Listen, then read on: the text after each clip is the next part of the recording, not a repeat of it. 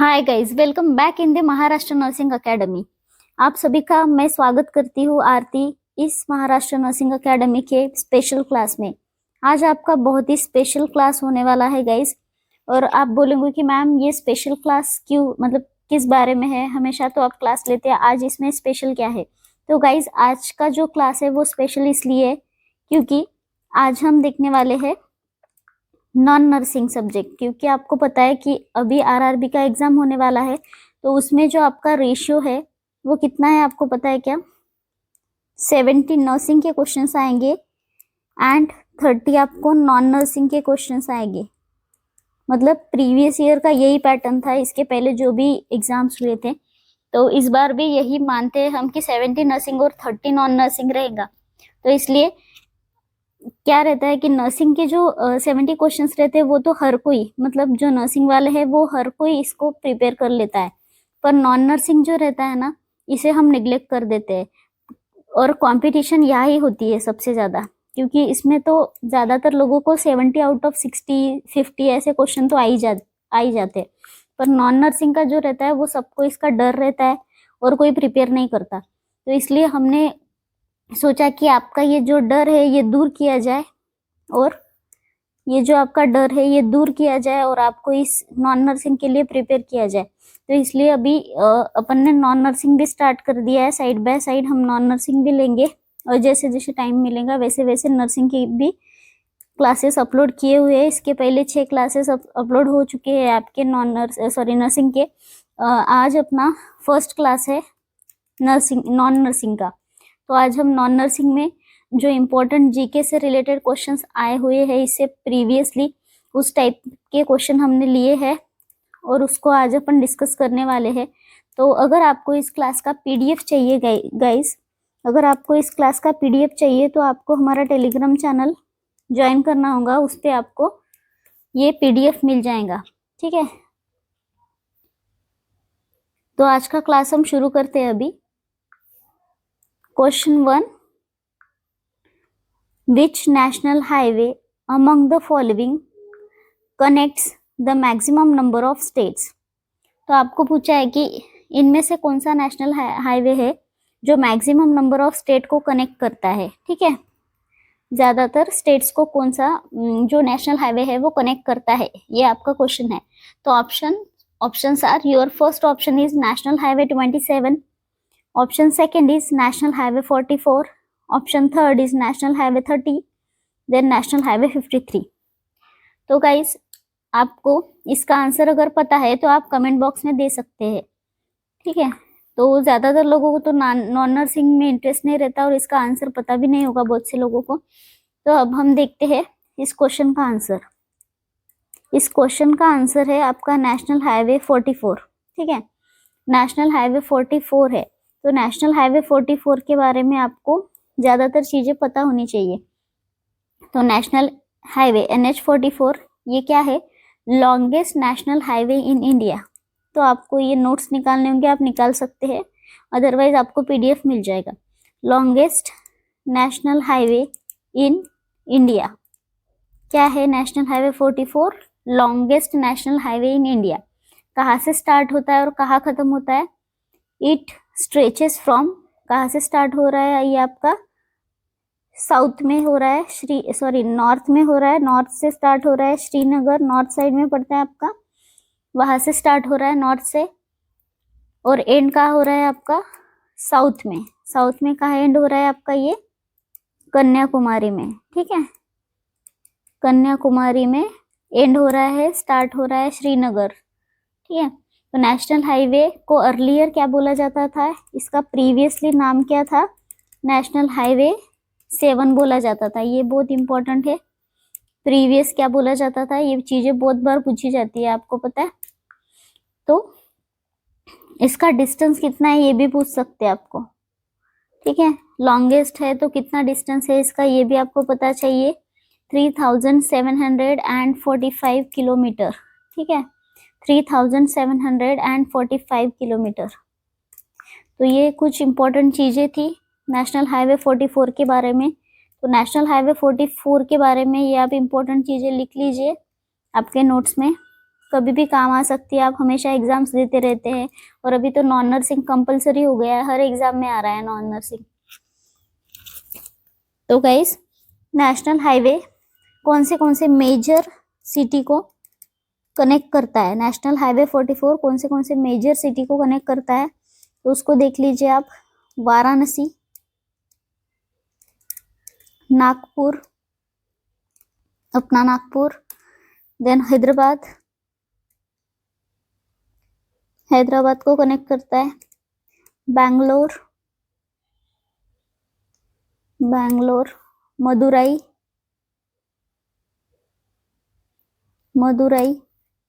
Then your Tirunelveli and Kanyakumari.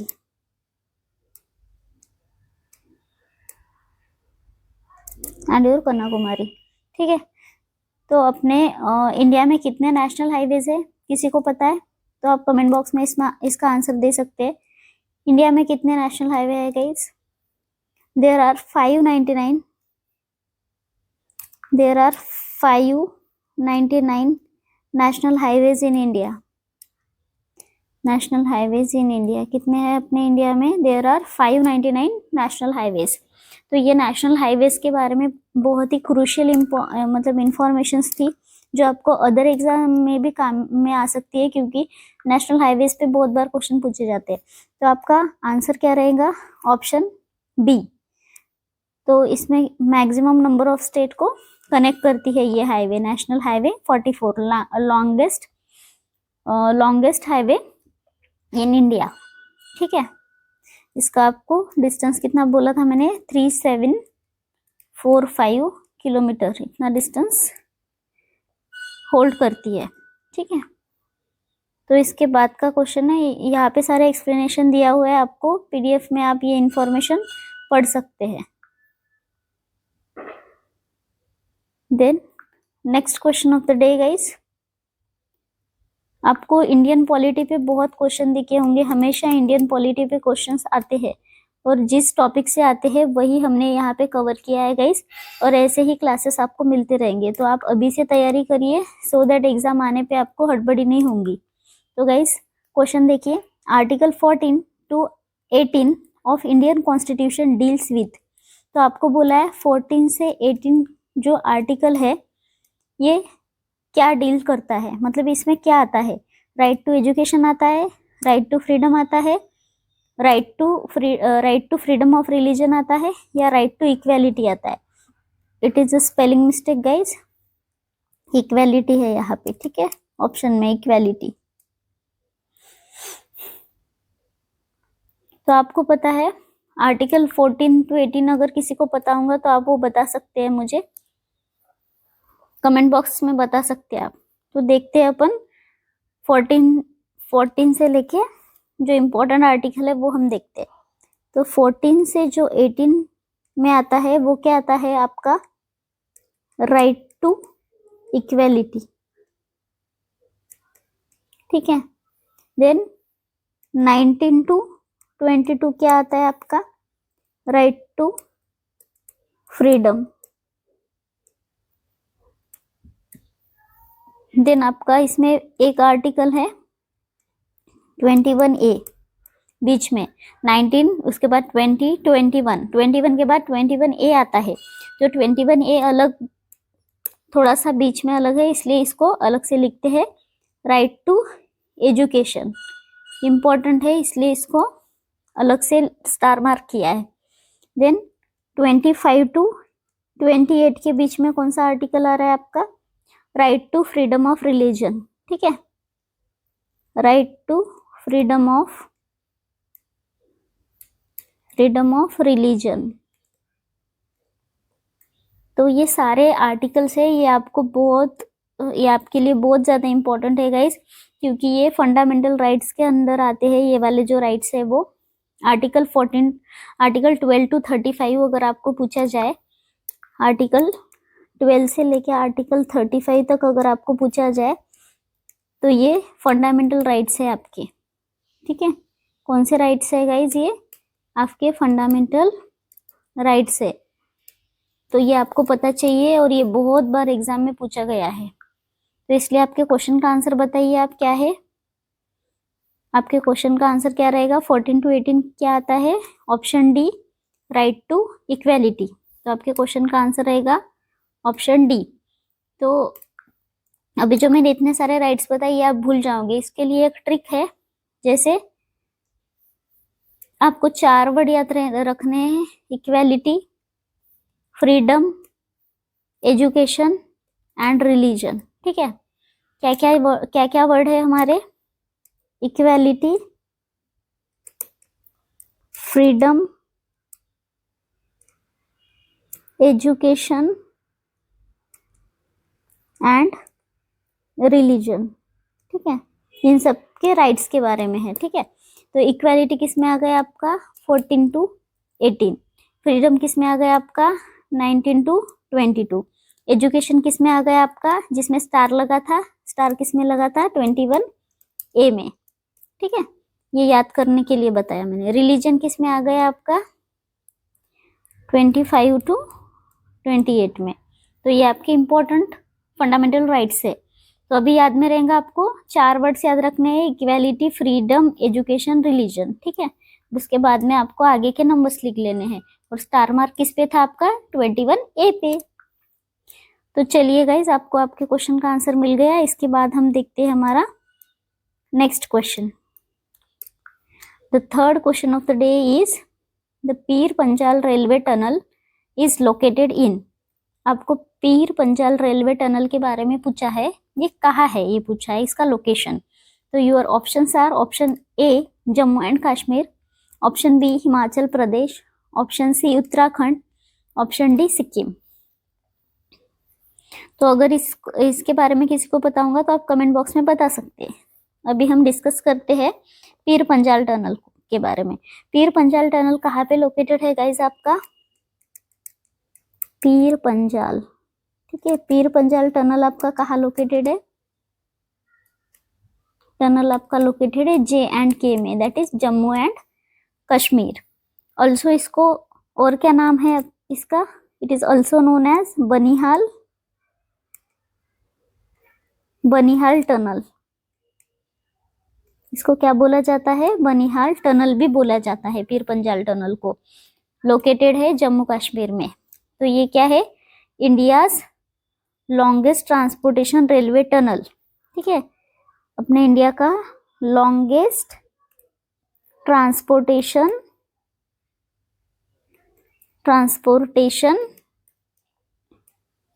Railway tunnel है। ठीक है, तो इसका कितना ये है, मतलब किलोमीटर में इसका मेजर्स कितना है, ये कितना मेजर है, ये मतलब कितना लॉन्ग है? 11.21 किलोमीटर। ठीक है, 11.21 किलोमीटर लॉन्ग है। ठीक है, ये लॉन्गेस्ट ट्रांसपोर्टेशन टनल है हमारा इंडिया का। तो आपको समझ में आया गाइस? ये 3 क्वेश्चंस आपको बहुत अच्छे से समझे होंगे, आई होप। इसके बाद हम नेक्स्ट क्वेश्चन देखते हैं आज का हमारा। ये सारे क्वेश्चंस बहुत बार एग्जाम में आ चुके हैं, अलग अलग एग्जाम्स में, उससे रिलेटेड हमने ये क्वेश्चंस निकाले हैं। तो अभी आप डेली ये क्लासेस देखिए और शेयर करिए हम आप अपने अपने दोस्तों को। अगर आपको महाराष्ट्र नर्सिंग अकेडमी से कुछ फायदा हो रहा होगा तो प्लीज चैनल को सब्सक्राइब कर दीजिएगा। इसके बाद देखते हैं next question. Which of the following was not a Harappan city?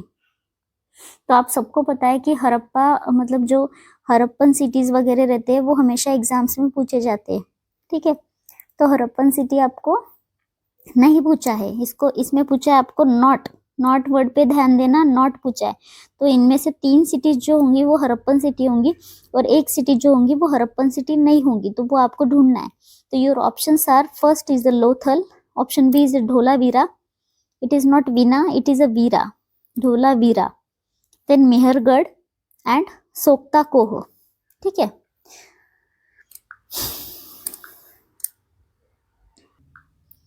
तो गाइज हरप्पन साइट्स कौन से हैं आपके? आपका लोथल जो कि गुजरात में है गाइज, वो हरप्पन साइट है। यहाँ पे क्या मिला था? डॉकयार्ड मिला था। इम्पोर्टेंट क्या क्या चीजें मिली थी वो भी है यहाँ पे। डॉकयार्ड मिला था, ग्रेवयार्ड मिला था, पोर्ट मिला था, राइस हस्क मिला था। ठीक है, ये इंपॉर्टेंट चीजें मिली थी यहाँ पे। तो आपका हड़प्पन साइट में फर्स्ट साइट हो गया लोथल, सेकंड है आपका धोलावीरा। धोलावीरा ये भी हड़प्पन साइट है आपका। ये भी कहाँ पे है? गुजरात में है, गुजरात में है। यहाँ पे आपको डैम्स वगैरह मिले थे, वाटर रिजर्वायर्स मिले थे, स्टेडियम्स मिले थे। ठीक है, देन नेक्स्ट है थर्ड जो साइट है आपकी हड़प्पन की, वो है सोक्ता कोह। सोक्ता कोह, तो ये भी आपकी जो साइट है, ये भी आपकी हड़प्पन साइट है। तो बचा क्या इसमें से, क्या नहीं है? तो आपके क्वेश्चन का आंसर क्या रहेगा गाइज? लोथल हड़प्पन साइट है, धोलावीरा हड़प्पन साइट है, and your Sokhta Koh is also Harappan site. So your answer is option C. Mehrgarh जो है ये हड़प्पन साइट नहीं है, ये आपकी न्यूलिथिक साइट है। ठीक है, न्यूलिथिक साइट है। तो गाइज न्यूलिथिक मतलब क्या है? जहाँ पे न्यू स्टोन मिले थे। ठीक है, न्यूलिथिक स्टोन एज है, आपको पता है। पैलियोलिथिक है, मिजोलिथिक है। स्टोन एज में कितने एजेस आते हैं? जैसे पैलियोलिथिक, जैसे पुराना, सबसे पुराना जो ये था वो, फिर उसके बाद मीजो मतलब कि middle, mesolithic, and then neolithic. तो न्यूलिथिक जो साइट है वो है आपका मेहरगढ़। ठीक है, तो आपके क्वेश्चन का आंसर रहेगा योर ऑप्शन थर्ड। तो मेहरगढ़ के बारे में थोड़ा देख लेते, इंपॉर्टेंट साइट है, कई बार एग्जाम में पूछा जाता है। तो मेहरगढ़ इज क्या? Neolithic site. लोकेटेड कहाँ पे है ये देखिए, ये हमारा प्यारा भारत। फिर यहाँ पे आपका है अफगानिस्तान एंड पाकिस्तान। ठीक है, तो अफगानिस्तान पाकिस्तान के पास में है ये Mehrgarh. It is located near the Bolan pass. कहाँ पे है? Near Bolan pass on Kachhi plain of Balochistan Pakistan. ठीक है, Balochistan Pakistan, west of river Indus.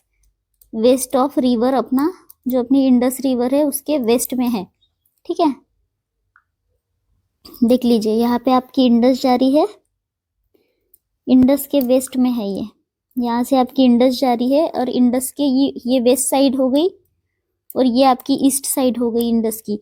तो इंडस के वेस्ट में है मेहरगढ़। ठीक है, तो ये है मेहरगढ़ आपका, अफगानिस्तान पाकिस्तान के करीब में आता है। तो यहाँ पे क्या क्या मिला था मेहरगढ़ में?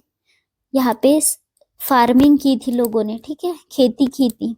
फार्मिंग में क्या क्या उगाया था इन्होंने? वीट और बार्ली। क्या क्या उगाया था इन लोगों ने? Wheat and barley. यहाँ के लोगों ने, यहाँ के लोग हर्डिंग भी करते थे। हर्डिंग मतलब कि पशुपालन भी करते थे।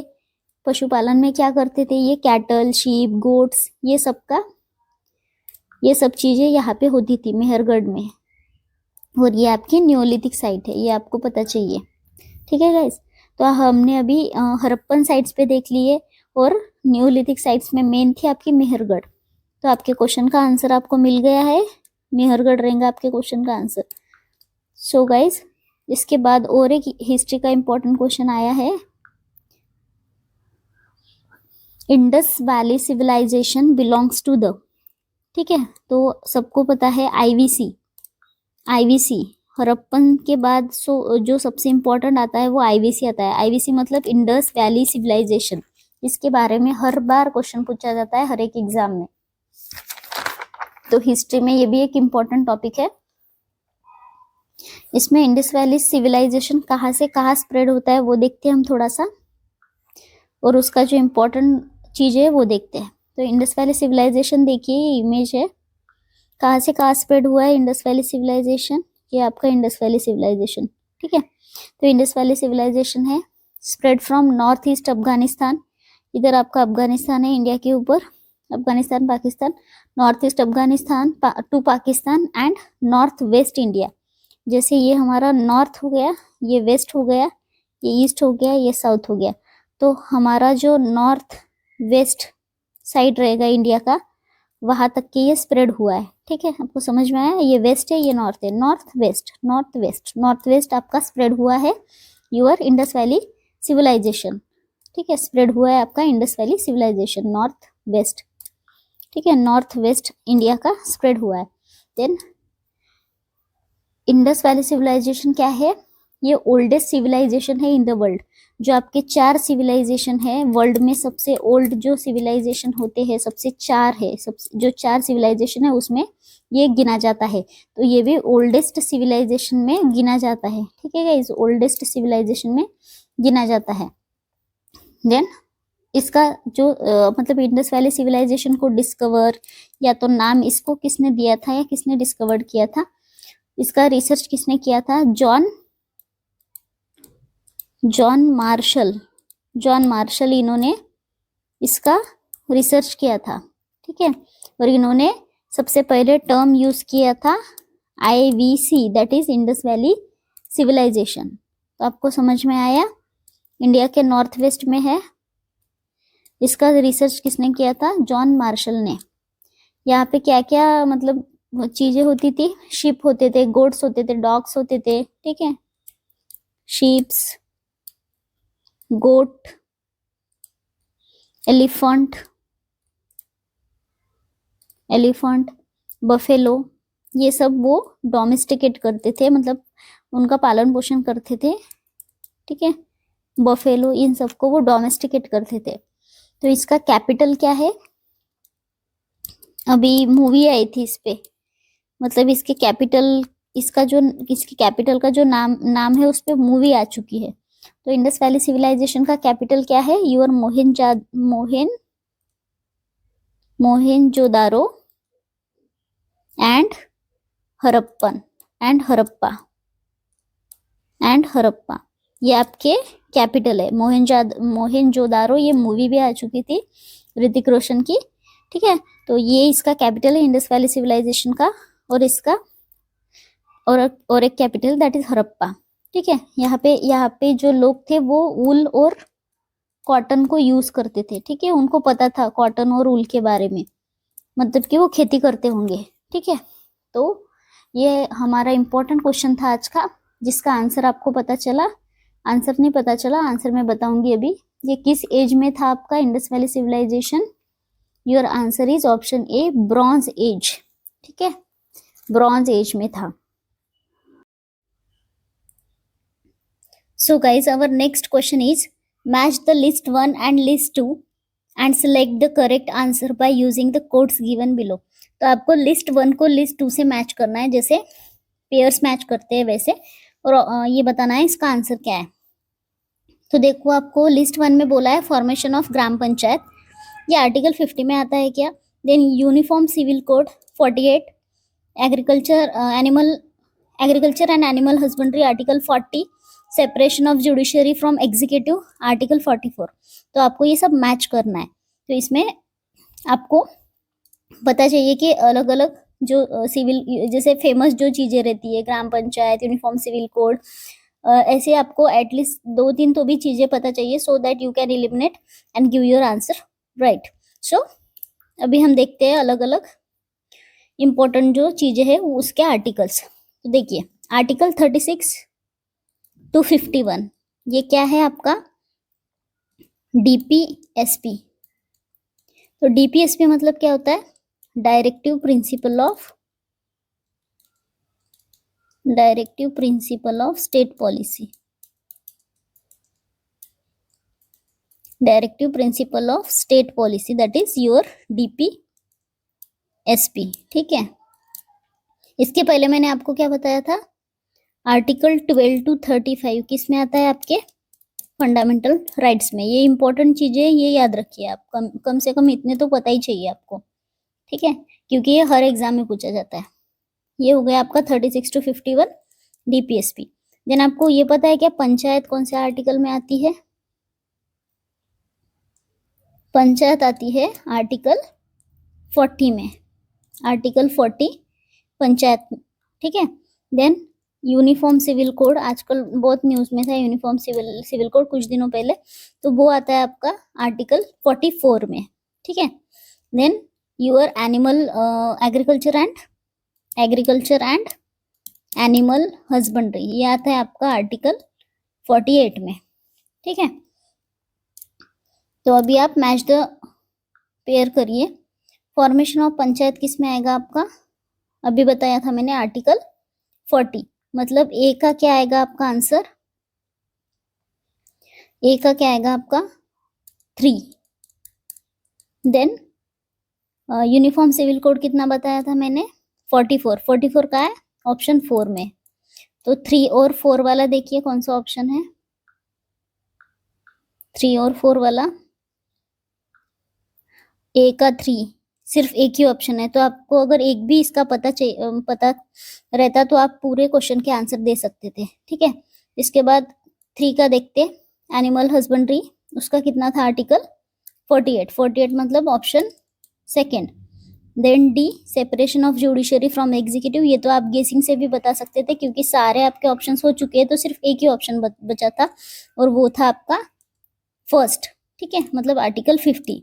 तो आपको ये भी पता चला कि 50 मतलब क्या है, separation of judiciary from executive, मतलब कि एग्जीक्यूटिव और जुडिशरी की जो पावर्स अलग अलग दी हुई है वो आर्टिकल 50 में दिया है।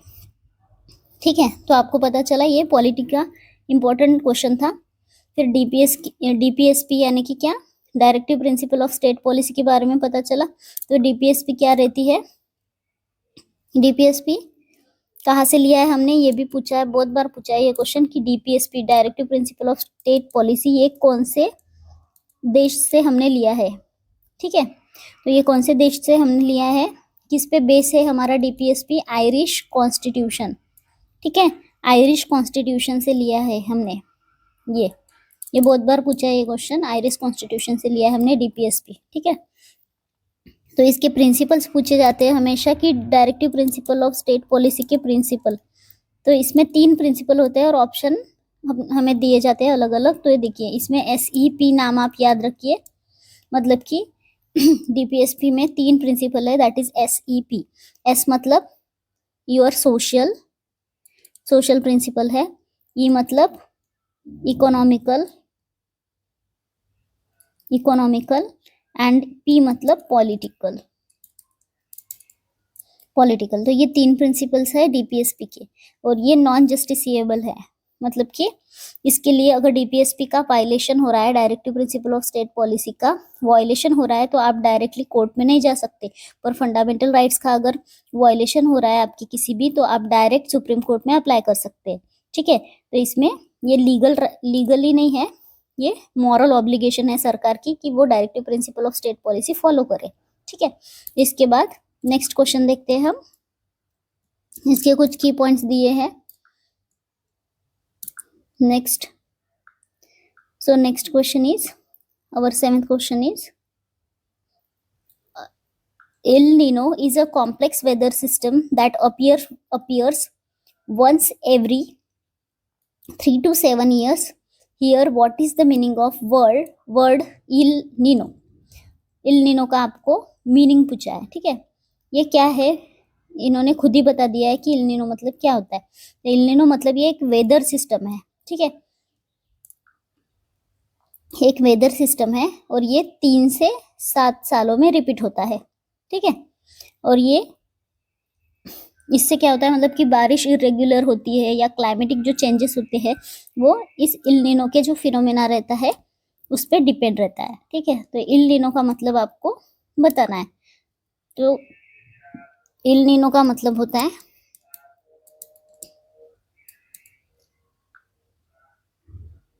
इल नीनो का मतलब होता है आपका चाइल्ड क्राइस्ट। क्या होता है, चाइल्ड क्राइस्ट। तो आपको इल नीनो के जगह पे और एक वर्ड आता है ला नीनो भी पूछ सकते हैं, ला नीना भी पूछ सकते हैं। तो ला नीना भी वेदर फिनोमिना है, ये भी ऐसे ही रिपीट होता है, कभी कभी रेगुलर रिपीटेशन होता है इसका भी, मतलब ईयरली नहीं होता है, ये 3 से 7 साल में कभी भी रिपीट हो सकता है। तो ला नीनो का मतलब क्या होता है, लिटिल गर्ल। तो ये दोनों के आपको मीनिंग पता चाहिए क्योंकि अभी ये बीच में बहुत ज़्यादा न्यूज़ में था। ठीक है, इसलिए आपको ये भी पता चाहिए। ला नीनो का मतलब लिटिल गर्ल, एल से एल याद रखिए, एंड इल नीनो का मतलब चाइल्ड क्राइस्ट। ठीक है, और इसको चाइल्ड क्राइस्ट क्यों बोला जाता है, क्योंकि ये ड्यूरिंग आपका जो क्रिसमस रहता है उस टाइम पे ये होता है, रिपीट होता है, इसलिए इसको बोलते हैं चाइल्ड क्राइस्ट। इसके बाद हम नेक्स्ट क्वेश्चन देखते हैं गाइस।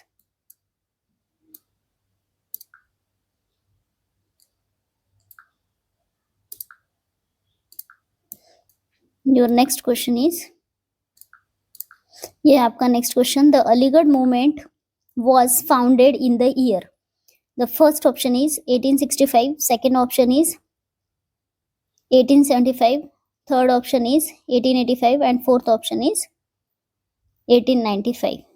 इसके पहले के दोनों क्वेश्चन के आंसर आपको पता चले। फर्स्ट का था आपका, सॉरी सिक्स्थ का आपका आंसर था आंसर ए, और आपका सेवेंथ का आंसर था चाइल्ड क्राइस्ट। ठीक है, इसके बाद का ये क्वेश्चन है अलीगढ़ मूवमेंट के बारे में, हिस्ट्री का क्वेश्चन है, बहुत बार आ चुका है।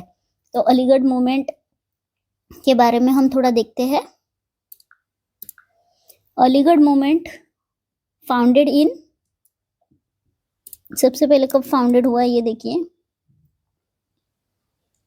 Founded in 1875।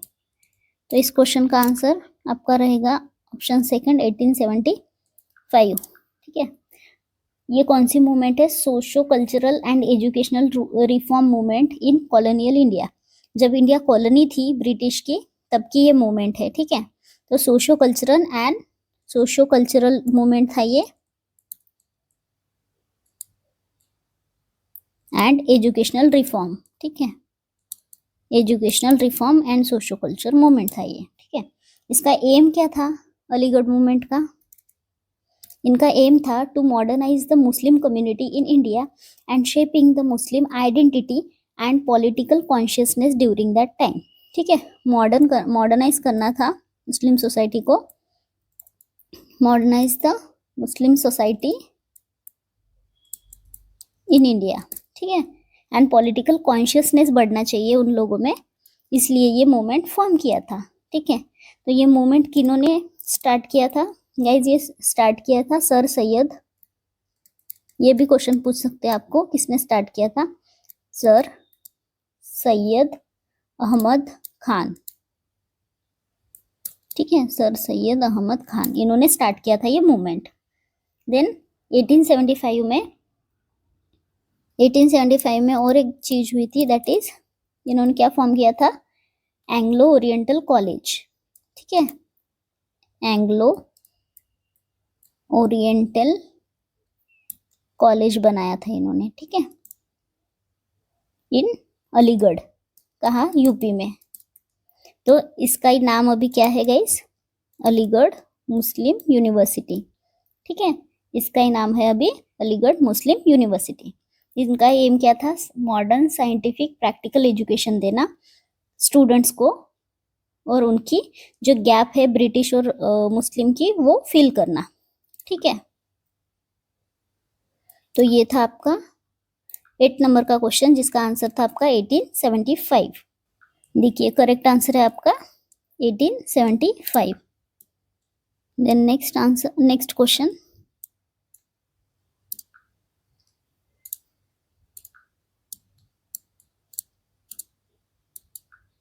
Next question is, ये ज्योग्राफी का क्वेश्चन लिया है एक, the Koyna, Tungabhadra and Bhima rivers are the major tributary of river.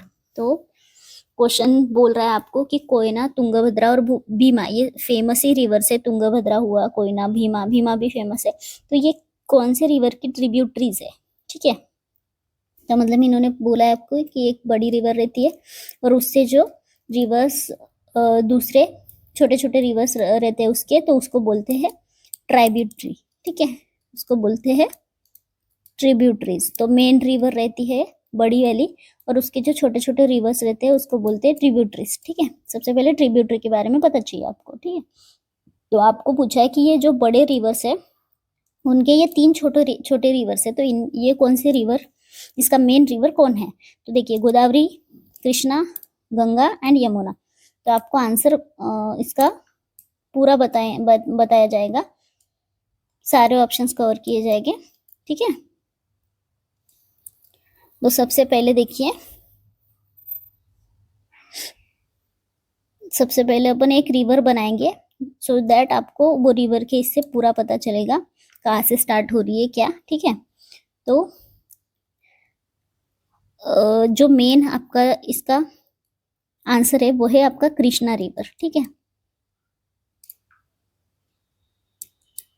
क्या है आपका आंसर इसका? कृष्णा। तो आपका आंसर क्या रहेगा इस क्वेश्चन का? Option second. तो अभी कैसे कृष्णा है वो देखते हैं हम। आपका सेकंड आंसर है तो कृष्णा देखते हैं अभी हम। तो कृष्णा कहाँ से स्टार्ट होती है गाइस? कहाँ से स्टार्ट होती है कृष्णा रिवर?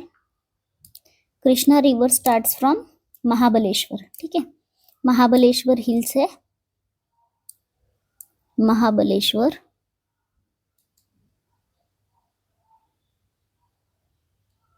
महाबलेश्वर हिल से ये स्टार्ट होती है, ठीक है। तो ये है आपके महाबलेश्वर हिल।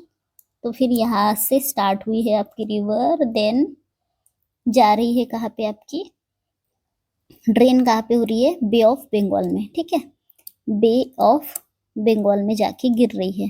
स्टार्ट कहाँ से हो रही है? महाबलेश्वर से आपकी कौन सी रिवर? कृष्णा रिवर। और एंड कहाँ पे हो रही है? बे ऑफ बंगाल में, ठीक है, बे ऑफ बंगाल में।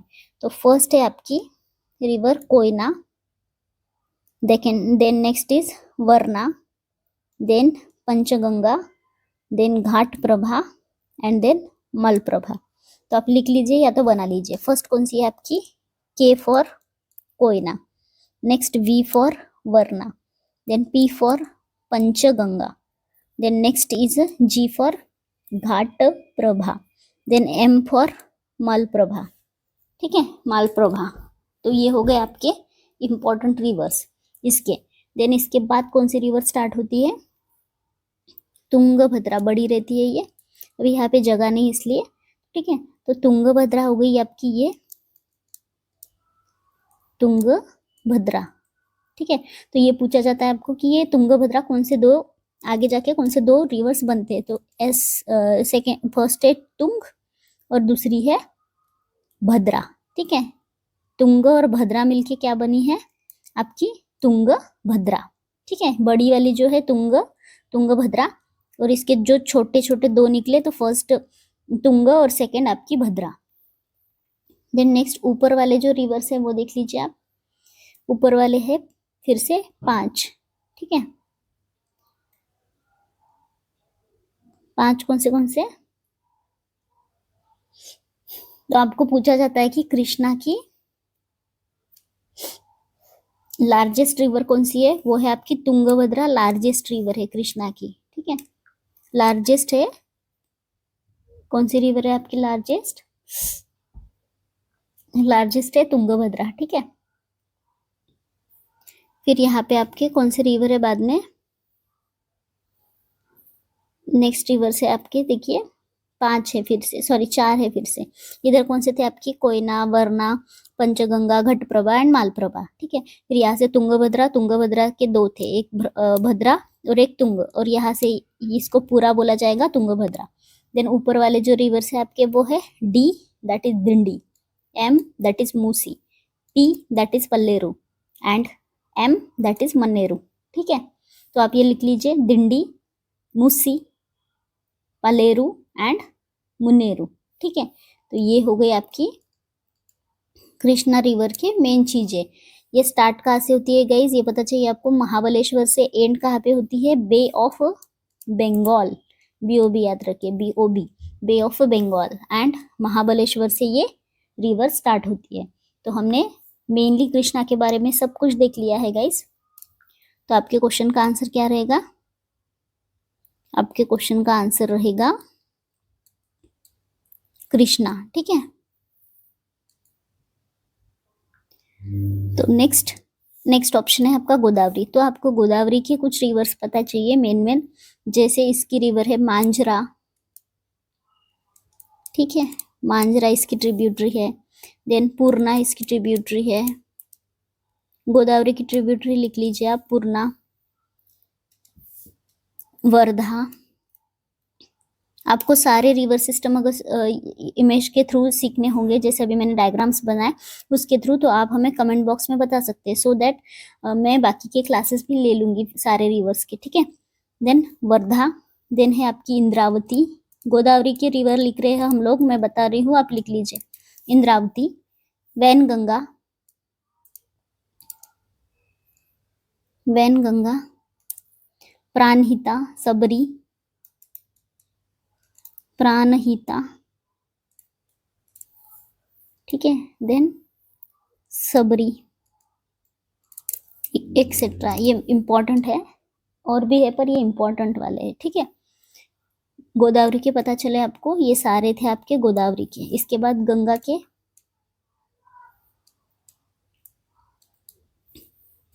ठीक है, गंगा रिवर के देखते हैं हम।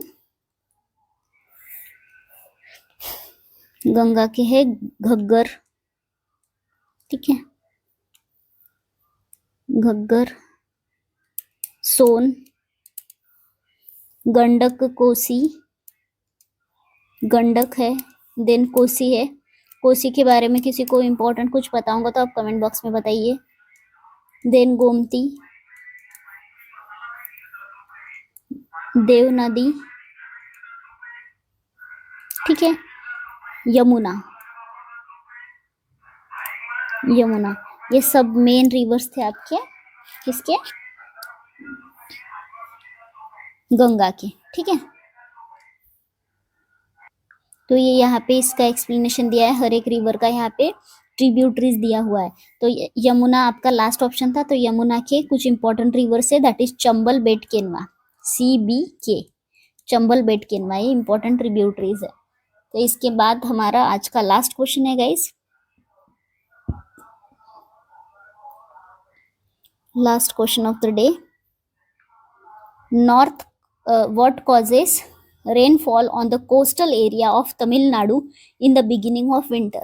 जैसे विंटर के शुरुआत में तमिलनाडु साइड में बारिश होती है, ठीक है, तो वो किस वजह से होती है? तो first option is north eastern monsoon, second is the local air circulation, third is the temperate cyclone, and fourth is the south west monsoon, ठीक है। तो जब जैसे आपका रिट्रीटिंग मानसून होता है ना, जैसे मानसून खत्म हो गया वापस आता रहता है ना, तो उस वजह से आपका जो तमिलनाडु कोस्ट होता है, नीचे जो आपका तमिलनाडु कोस्ट होता है ना, वहां पे बारिश होती है। तो वो रहता है आपका कौन सा, retreating monsoon, that is north east monsoon.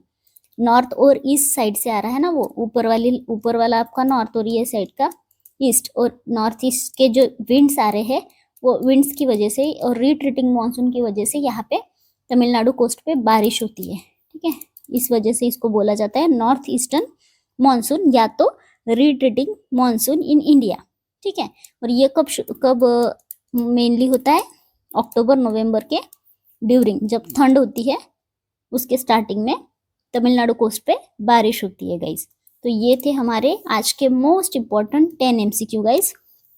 तो अगर आपको और कुछ इम्पोर्टेंट अगर जैसे रहता है सब्जेक्ट, उसके बारे में कुछ क्वेश्चंस या कुछ डिस्कस करना रहेगा टॉपिक, तो आप हमें कमेंट बॉक्स में बता सकते हैं। और नॉन नर्सिंग भी हमने अभी स्टार्ट कर दिया है, तो ज़्यादातर क्लासेस देखिए। RRB की डेट अनाउंस हो चुकी है, आपको सबको पता है। आपको फॉर्म भरना है 17 अगस्त से, और आपको 16 सितंबर तक के एंडिंग है, 16 सितंबर तक के ये फॉर्म की लास्ट डेट है, ठीक है। तो गाइस आज के लिए बस इतना ही। हमारे जो प्रीवियस क्लासेस है RRB के ऐप पे पड़े हैं, 0 to हीरो सीरीज हमारी चल रही है, उसको आप फॉलो करिए। 0 to हीरो सीरीज को फॉलो करिए और आपके RRB का जो 80,000 प्लस की जो जॉब है उसको पाइए। Thank you guys for watching. जल्दी ही हम लोग टेस्ट सीरीज भी लॉन्च करने वाले हैं, तो आप टेस्ट सीरीज भी लगा सकते हैं हमारे ऐप पे जाके। Maharashtra nursing academy Google play से आप डाउनलोड कर सकते हैं।